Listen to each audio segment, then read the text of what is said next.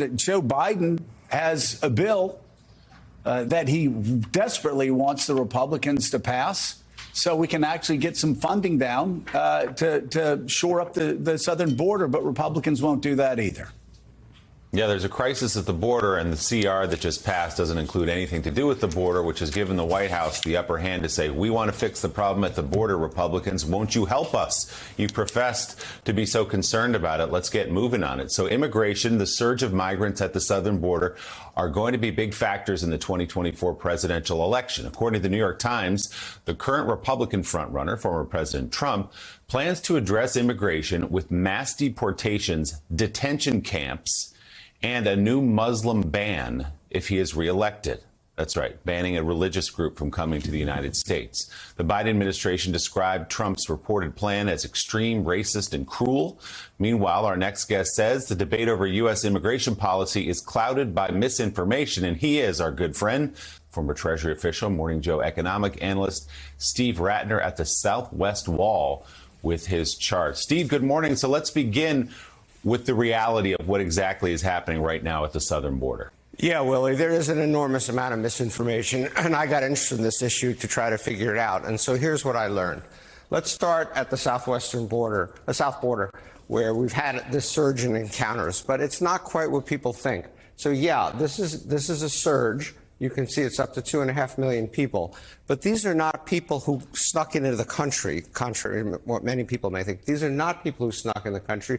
These are people who actually ended up in the hands of Customs and Border Protection. These are people who we can call it apprehended, who are stopped from coming in the country and end up going into our immigration system, which I will explain. So if you come over here, my colleague Eric Krebs and I put this together because it is so complicated. But I'm not going to go through it all, but let me just try to give you the takeaways, so to speak. So 2.5 million people encountered, apprehended, whatever you want to call it, at the southern border. We think, the government thinks, that another 600,000 did successfully sneak in the country, swam across the Rio Grande, whatever they did.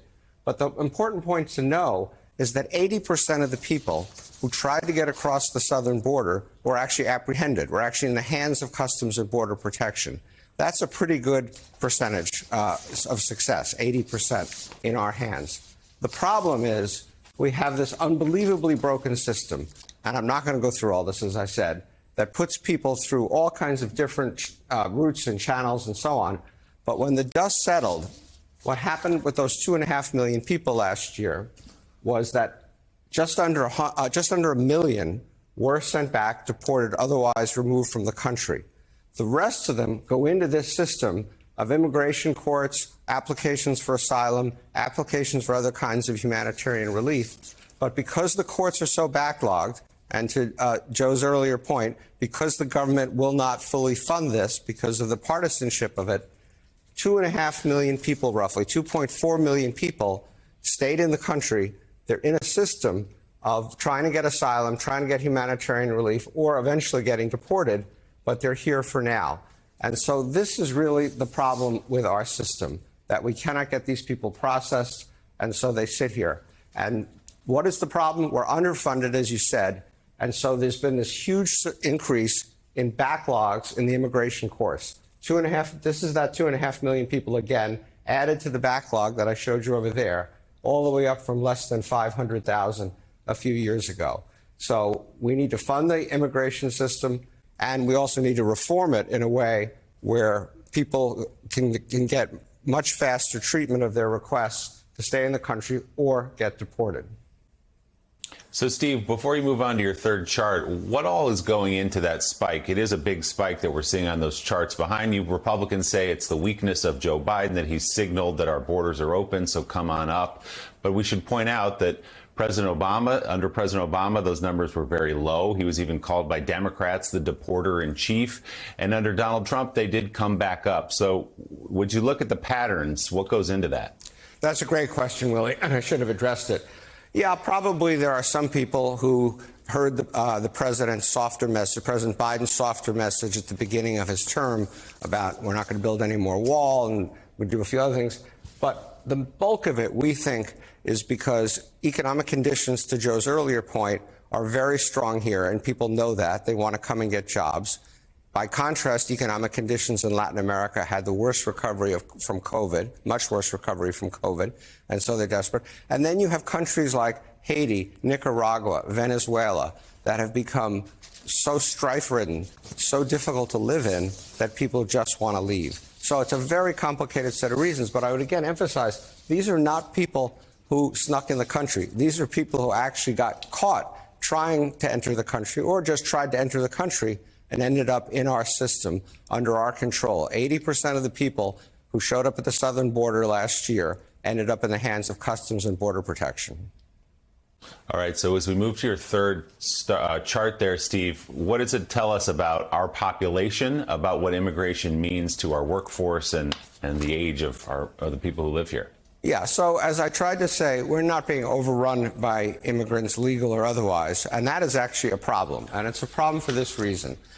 Our fertility rate, like most other major countries, is declining. Fewer babies per woman, whole set of reasons for that. So if you look at our population projections, if we had no immigration in this country, our population would actually peak next year. And then it would start to decline all the way like that out to just over 200 million at the end of the century. We take in roughly 1 million immigrants a year legally now through various processes. That will hold our population roughly flat. If we want our population to grow at the same rate that it grew at in the 20 years from 2000 to 2020, we need to take in 3 million immigrants a year. So there is a really strong argument for why we need more immigration, not less immigration.